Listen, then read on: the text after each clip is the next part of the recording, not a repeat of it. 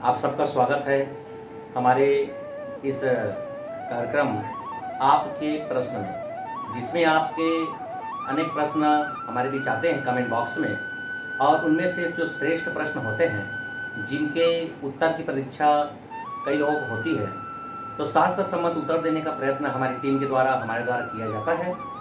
तो पूर्व के जो वीडियो हैं जिसमें प्रश्न था कि तुलसी का पत्ता कब तोड़नी चाहिए, इसमें हमारे बीच कई कमेंट आए हैं जिन्होंने धन्यवाद ज्ञापित भी किया है कि महाराज श्री इन प्रश्नों का उत्तर हमको जानना आवश्यक था और जानने की इच्छुक भी थे, जिनमें से ग्राम टुंड्रा जिला बलौदाबाजार से उषा देवांगन जी ने धन्यवाद ज्ञापित किया है। आपको बहुत बहुत आशीर्वाद।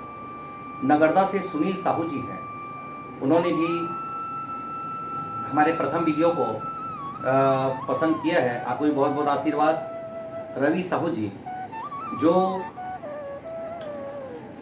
मिर्जा जांजगीर से हैं, उनका भी प्रश्न रविशंकर साहू जी मिर्जा से जो जांजगीर रहते हैं, जांजगीर चांपा जिला छत्तीसगढ़, उनका भी प्रश्न सेलेक्ट किया गया है, जिसको उत्तर भी थोड़ी देर बाद हमारे द्वारा दिया जाएगा। और श्री सुधीर सिंह राजपूत जी, आपका प्रश्न ये है कि राधे राधे महाराज जी, तिलक का क्या महत्व होना चाहिए, या मानव जीवन में तिलक का महत्व क्या है, ये आपके द्वारा प्रश्न पूछा गया। ये अति उत्तम प्रश्न है। देखिए, तिलक जो होता है ये हमारी मानसिक स्थिति को सुदृढ़ करता है और मस्तिष्क में शांति, ओज, शीतलता बनाने के लिए तिलक का महत्व होता है। और जब हम तिलक की बात करते हैं तो तिलक के कई प्रकार होते हैं, जिसमें से एक होता है ऊर्ध्वपुंग। जो आप अभी तिलक दिख रहे हैं, इसको कहते हैं ऊर्ध्वपुंग तिलक, जो ऐसा खड़ी लगता है। विष्णु जी को मानने वाले जितने भी भक्त होते हैं, उनके द्वारा ये ऊर्ध्वपुंग तिलक का प्रयोग किया जाता है। और इसके बाद आता है त्रिपुंड। जो शंकर जी के मानने वाले जितने भी भक्त होते हैं, अक्सर आप देखेंगे उज्जैन महाकालेश्वर के जो परम पवित्र तीर्थ हैं, वहाँ के जितने भी भक्तों को देखें तो वो ऐसा जो त्रिपुंड होता है ये तिलक लगाते हैं। और एक होता है सामान्य तिलक, जिसको हम 12 महीने सामान्य दिनचर्या में उपयोग में लाते हैं। अब आपका सवाल ये है कि तिलक का महत्व क्या होता है। तो तिलक यदि हम वैज्ञानिक महत्व भी बताएं तो इससे क्या होता है, हमारे मस्तिष्क जो न्यूरॉन से बना हुआ होता है, जिसमें आकाश तत्व समाहित होता है। क्षिति जल पावक गगन समीरा पंच रचित अति अधम शरीरा। तो मस्तिष्क में एक ऐसी नस होती है जो हमारे मस्तिष्क के बीचों बीच रहती है। ये हर मानव के मस्तिष्क के बीचों बीच जहाँ पर तिलक लगाया जाता है, एक रेखा उभर के आती है, एक नस उभर के आता है। और यदि इस रेखा का स्पर्श हम तिलक के माध्यम से कराते हैं तो होता यूँ है कि हमारे मस्तिष्क में सेरोटोनिन एवं बीटा एंडोर्फिन नामक रसायन का संतुलन होता है।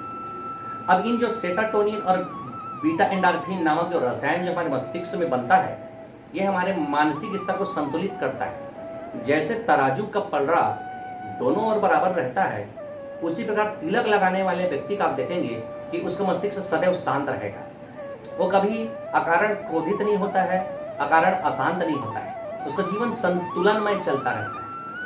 और इससे मेधा शक्ति में वृद्धि होती है और सकारात्मक ऊर्जा आपको दिन भर प्राप्त होती रहती है। तो सकारात्मक ऊर्जा, पॉजिटिव एनर्जी, जो आज के समय में मानवों के लिए परम आवश्यक है। तो प्राचीन तिलक सिद्धांत के माध्यम से आप भागवताचार्य को देखें, विद्वानों को देखें, वो अपने पूरे मस्तक पर जो लेपन किए रहते हैं, तो वही संतुलन को निर्धारित करने के लिए, मेधा शक्ति को पुष्ट करने के लिए, याददाश्त को तेज करने के लिए, ताकि 5-5, 6-6 घंटा भी यदि एक कथा करते रहें तो उनका विचार शक्ति भंग न हो, विचार शक्ति एकाग्रित रहे। इसलिए तिलक का तो वैज्ञानिक महत्व है ही, और इसका हमारा मानसिक स्तर से भी जुड़ाव है और धार्मिक स्तर से इसकी महत्ता तो अति उत्तम है। इसलिए श्री सुधीर सिंह राजपूत जी, आपके इस प्रश्न के लिए बहुत बहुत आभार।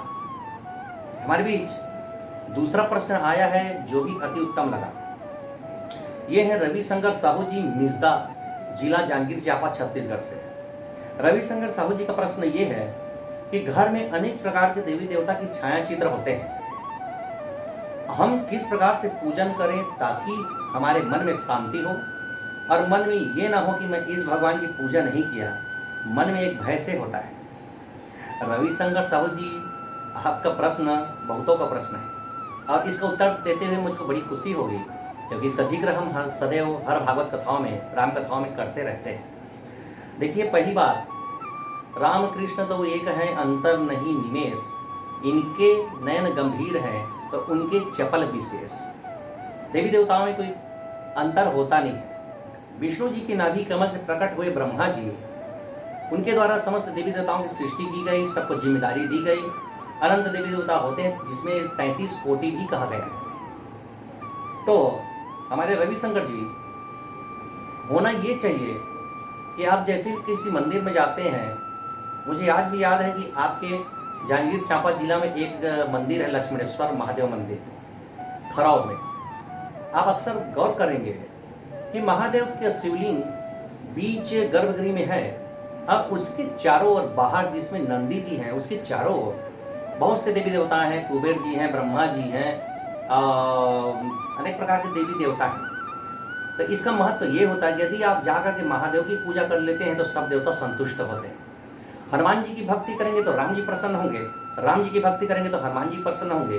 कात्यायनी महामाये योग विद्या निधीश्वरी, नंद गोप सुतम देवी पति में कुरुमे नमः, ये भागवत कथा का श्लोक है। यदि आप कात्यायनी माता की पूजा करते हैं तो गोविंद प्रसन्न होते हैं, और यदि भगवान कृष्ण की पूजा करते हैं तो माता महामाया प्रसन्न हो जाती है। तो सभी देवताओं का एक दूसरे से संबंध है। और एक और बात, किसी की बातें याद आती है कि पानी देवै मूल को, फूल ही फल ही अघाय। तो एक देवता की आप पूजा करते हैं तो इसका तात्पर्य ये हुआ कि सब देवताओं को वो प्राप्त हो जाता है। इसलिए आप मन में संशय बिल्कुल ना रखिए कि इस देवता की हमने पूजा नहीं की तो वो नाराज हो जाते हैं। नाराज होना देवताओं का काम नहीं है। और इसको एक और छोटे से उदाहरण के माध्यम से हम आपको समझाने का प्रयत्न और करते हैं। देखिए, यदि हमने आपसे कहा कि रविशंकर जी, आपको तुलसी माता में, तुलसी में आपको तिलक लगाना है, आप फिर ये प्रश्न पूछेंगे कि महाराज जी, तुलसी माता में तिलक लगाएंगे तो जड़ में लगाएं कि तना में लगाएं कि पत्तों में लगाएं? तो इसका सीधा उत्तर है, यदि आप पत्तों में भी तिलक लगाते हैं तो भी उनको प्राप्त होगा, जड़ में भी लगाते हैं तो भी उनको प्राप्त होगा, और तने में भी लगाते हैं तिलक तो भी उनको ही प्राप्त होगा। इसलिए सभी देवी देवता एक ही हैं। हिंदू देवी देवता की सब कार्य प्रणाली अलग अलग भरी हो, पर उनमें भेद होता नहीं है। आइए आज इसी कड़ी को यहाँ पर समाप्त करते हैं। आपके भी जितने भी प्रश्न होंगे, आपके मन में जो ये प्रश्न उठते होंगे, तो कृपया हमारे कमेंट बॉक्स में आप अपने प्रश्न लिखिए, ताकि अगले अंक में हम आपके उन प्रश्नों का शास्त्र सम्मत उचित उत्तर देने का प्रयास कर सकें। और हमारी इस वीडियो को आप अधिक से अधिक शेयर कीजिए, चैनल को सब्सक्राइब कीजिए और लाइक तो अवश्य करिए। राधे राधे।